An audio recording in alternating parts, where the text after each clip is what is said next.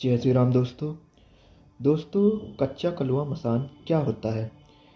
ये एक ऐसी तांत्रिक छोटे बच्चे की आत्मा होती है जिसे हम कच्चा कलवा के नाम से जानते हैं। तांत्रिक इसे मसान भी कहते हैं। कच्चा कलवा एक ऐसी ऊर्जा रूपी आत्मा है जो मुक्ति ना प्राप्त करने के कारण अथवा विधिवत मुक्ति संस्कार न होने के कारण आसपास भटकती रहती है और कुछ तांत्रिक इसे अपने काबू में कर या इसको जगाकर कई प्रकार की सिद्धियां प्राप्त कर लेते हैं। कच्चा कलवा यानी मसान को राजस्थान में छनरूटिया भी कहते हैं। एक छोटे बच्चे की भटकती हुई आत्मा बेहद शक्तिशाली होती है। इसका प्रयोग तांत्रिक लोग अपने बुरे कामों को अंजाम देने में ही ज़्यादातर करते हैं या किसी परिवार या दुश्मन के वंश के ऊपर इसका प्रयोग किया जाता है। कैसे बनता है कच्चा कलवा?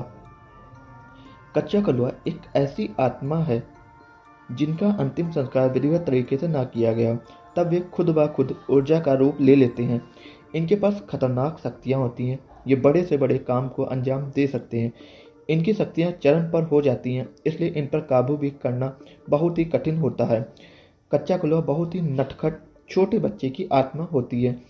ये ही केवल एक ऐसी आत्मा है जो मंदिर में भी आ जा सकती है और बालक स्वरूप में इस पर काबू पाना सरल नहीं होता है।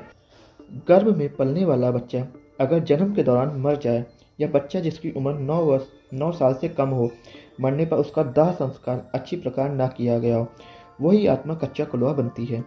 ये ज़्यादातर जिन्हें दफनाया गया हो या नदी में प्रवाहित किया गया हो या विधिवत संस्कार ना होने के कारण ये खुद ही भटकने लगती हैं। अगर बच्चा पैदा होता है तो उसकी नाल काट दिया जाता है, किंतु जब गर्भपात हो जाता है तो ऐसा हो ही नहीं पाता। तब गर्भ का जीव कच्चा मसान कहा जाता है।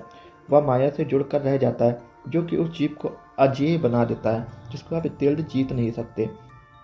आमतौर पर यह धारणा है कि गर्भपात होने पर उस गर्भ का जीव जो है वह समाप्त हो जाता है, लेकिन जीव तो स्वयं माया का सहभागी हो जाता है और घर से संसार से अलग अपना एक तांत्रिक खेल खेलता है। कच्चा कलवा मसान कोई छोटी आत्मा नहीं होती। ये बच्चों की आत्माओं से बनती है और उनकी शक्तियाँ भी अपने चरम पर पहुँच जाती हैं।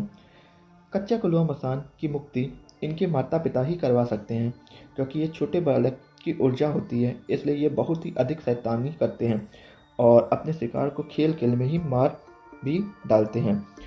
जो कच्चा कलवा होता है वह एक छोटा बच्चा होता है जो दूध तो पीता हो, अन्न ग्रहण करने से पहले ही उसकी मृत्यु हो गई हो या मूल खाने या भोजन को ग्रहण ना कर पाया हो। कच्चा कलवा मसान शक्तिशाली क्यों होते हैं? छोटे बच्चे का कच्चा कलवा जो होता है वह बहुत ही अधिक शक्तिशाली माना जाता है, क्योंकि जल्दी किसी के नियंत्रण में नहीं आता है। छोटे बच्चे पर काबू करना कितना कठिन होता है ये आप सब लोग अच्छे से समझ सकते हैं, और जब वह आत्मा के रूप में हो तो कितना कठिन हो सकता है। ये इतने छोटे होने की वजह से ही मंदिर जैसी पवित्र जगह, पूजा पाठ अनुष्ठान वाली जगहों पर भी घूमते रहते हैं और अपने सभी कार्य कर डालते हैं। इसी से आप अनुमान लगा सकते हैं कि जब उन पर काबू नहीं किया जा सकता है तो ये कुछ भी करने में समर्थ होते हैं। इससे सबसे अधिक खतरा गर्भवती महिलाओं को होता है। अगर कोई गर्भवती महिला कच्चा कलवा की चपेट में आ जाती है तो उसके गर्भ को बचाना बेहद कठिन होता है। कच्चा कलवा सबसे ज़्यादा इनकी ही ओर आकर्षित भी होता है, और अगर किसी गर्भवती महिला पर कच्चा कलवा यानी मसान हमला कर दे तो सबसे पहले वह अपना निशाना गर्भ में पल रहे भ्रूण को ही बनाता है, जिसकी वजह से गर्भ गिर जाता है या समाप्त हो जाता है। ये साधना सिर्फ अच्छे कार्यों के लिए ही करनी चाहिए, क्योंकि अधिकतर इस साधना को लोग केवल बुरे कामों के लिए ही करते हैं। पुराने समय में वंशानुगत इच्छाओं के कारण दुश्मन के वंश को न बढ़ने देने की एक सोच के कारण ज़्यादातर कच्चा कलवा का प्रयोग तांत्रिकों के माध्यम से बाकी लोग करवाते थे। कच्चा कलवा साधना, इसका जो मंत्र है वो मैं आपको यहाँ नहीं बता सकता हूँ, क्योंकि ये साधना किसी उत्तम गुरु के सानिध्य में ही करनी होती है। ऑनलाइन मंत्र पढ़कर नहीं की जाती है। हाँ, लेकिन इसकी साधना विधि बता दे रहा हूँ। अगर आपको इंटरेस्ट आए तो आप मुझे बता सकते हैं कमेंट में। विधि क्या है? कच्चा कलवा की साधना के विषय में भी वर्णन आता है, वो मैं आपको बता देता हूँ। किसी नाबालिग बच्चे के शव का कफन ले आए और उसी शव के मुंह के थूक का कफन पर लेप कर दें। जब अर्धरात्रि के समय किसी सुनसान जगह पर बबूल के पेड़ के नीचे उस कफन को बिछा दें। पेड़ से थोड़ी ही दूर मल त्याग करने जाएं और वापस ऐसे ही बिना साफ किए आएं। इसके मंत्र कई सारे हैं। अब सामने पड़े मांस के टुकड़े में से एक छोटा सा हिस्सा निकाल लें और अपनी जीभ के नीचे रखकर मानस जाप के द्वारा, मन में जाप के द्वारा इसका पूरा जप करें, जो मंत्र होता है इसका।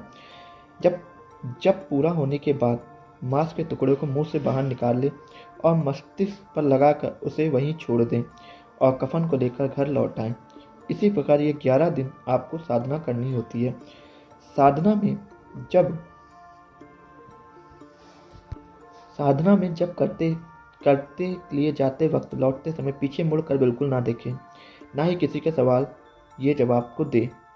कलवा अपनी लीला शुरू कर देता है, उसकी बातों पर ध्यान ना दे। कच्चा कलवा साधक को कलवा को मांस और मदिरा का भोग लगाकर वचन में बांध लेना चाहिए। हालांकि छोटे बच्चे का कलवा आसानी से वचन में नहीं बांधा जा सकता, लेकिन बड़ा कन्वे को आप वचन में बांध सकते हैं। अब बात करते हैं कच्चा कलवा हटाने की विधि, जो मैं आपको अगली वीडियो में बताएंगे अगर आप मुझसे बोलेंगे। तो अगर आपको वीडियो अच्छी लगी हो तो आप इसको शेयर ज़रूर करें और इस प्रकार की किसी भी साधना से को करने के ना करें। ऐसे आप सात्विक साधना कीजिए 10 महाविद्याओं की। हर हर महादेव।